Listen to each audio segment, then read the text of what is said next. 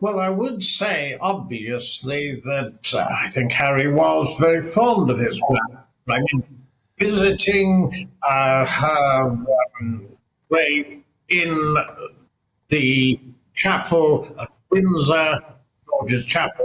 This was, I think, most significant. And I mean, she's buried there with her late husband and also parents.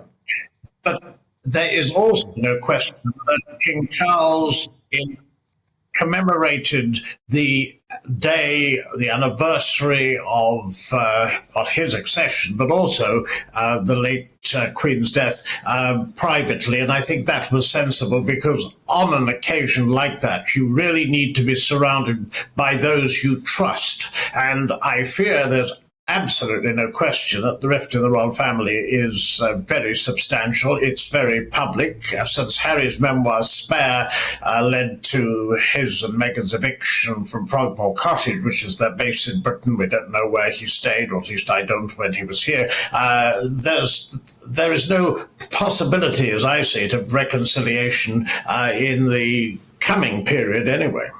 Agree with that, and he certainly is acting like a spare, something at a wedding at the moment. Moving on to the second topic on the menu today, this notion of slavery reparations. In a sense, it's an impending disaster that the King has invited upon himself. He opened this conversation, and now Arlie Geale, a lawyer, representative of the Chair Islands Reparations Commission in the Caribbean, is saying he should make some money available. We're not saying he should starve himself and his family, but we're not asking for trinkets either.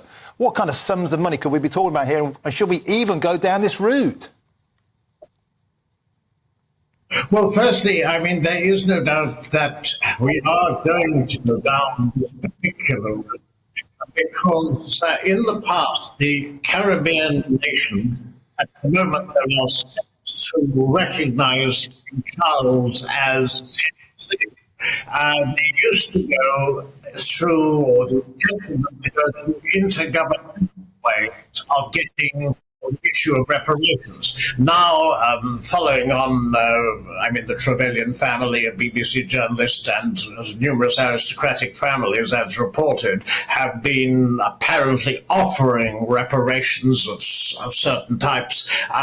This is very central, probably, to whether or not these countries remain realms or become republics. It ought to be mentioned Barbados became a republic, but then it could also be mentioned that Barbados did not have a referendum, so they didn't put it to the people.